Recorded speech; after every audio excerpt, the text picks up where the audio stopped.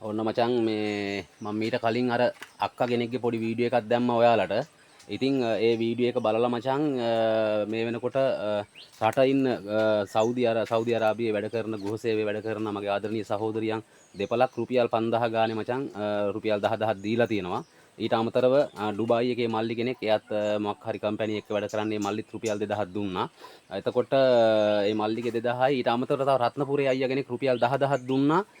ඒ අයියා නම් මචං කිව්වේ එයාගේ නමවත් කියන්න එපා කිව්වා මේ සල්ලි ටික එයාකට දෙන්න කියලා කිව්වේ. නමුත් මම මතක් කරන එක මගේ යුතුයකමක්. මම මීට පෙර මචං මේ අක්කගේ වීඩියෝ එකක් මේ දරුවත් එක්ක තමයි දාලා තිබුණේ මචං. මම දරුවා මේ පාර මම වීඩියෝ එකට ගත්තේ නැහැ. මොකද දරුවාගේ අනාගතයට හොඳ නැති හින්දා. ඉතින් අද දවසේදී ඒ දීපු සල්ලි ටික රුපියල් 22000ක් තියෙනවා ඒ මුදල් ඔක්කොම.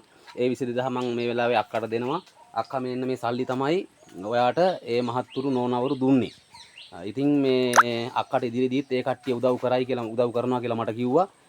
ඉදිරියේදීත් අක්කට උදව්වක් කරයි. නමුත් ස්ථීරවම අක්කට මේ නිවස හදාගන්නවත් ගෙදර නලයක් ගහගන්න වැසිකිලි පද්ධතියක් හදාගන්න කවුරුවක්වත් තාම එහෙම අපිට අනුග්‍රහයක් බවතෙක් හම්බුනේ නැහැ. ඉතින් මම නැවත පාරක් මේ දෙවෙනි පාරට මම මේ වීඩියෝ එක කරන්න. ඉතින් ඒ හින්දා මේ අක්කට පුළුවන් උදව්ව කරලා දෙන්න පව්. ඉතින් අද මේ සල්ලි වලින් අක්කා මොන හරි කරගනී දැන් ගෙදර. ඇත්තට මේ සල්ලි ලබා දුන්නු වේ නෝනවරුන්ට මහත්තුරුන්ට ඇත්තටම අපගේ හදපිරි ස්තුතිය. ඒ වගේම මේ අක්කගේ account number එක මචං මම දාන්නම් උඩින්. ඒ account number එකටයි දුරකථන අංකයකුත් දාන්නම්. account number එකට සල්ලි දානවා නම් මට අනිවාර්යෙන් අපිට දුරකථන ඇමතුමට කෝල් එකක් දීලා තමයි සල්ලි දාන්න ඕනේ.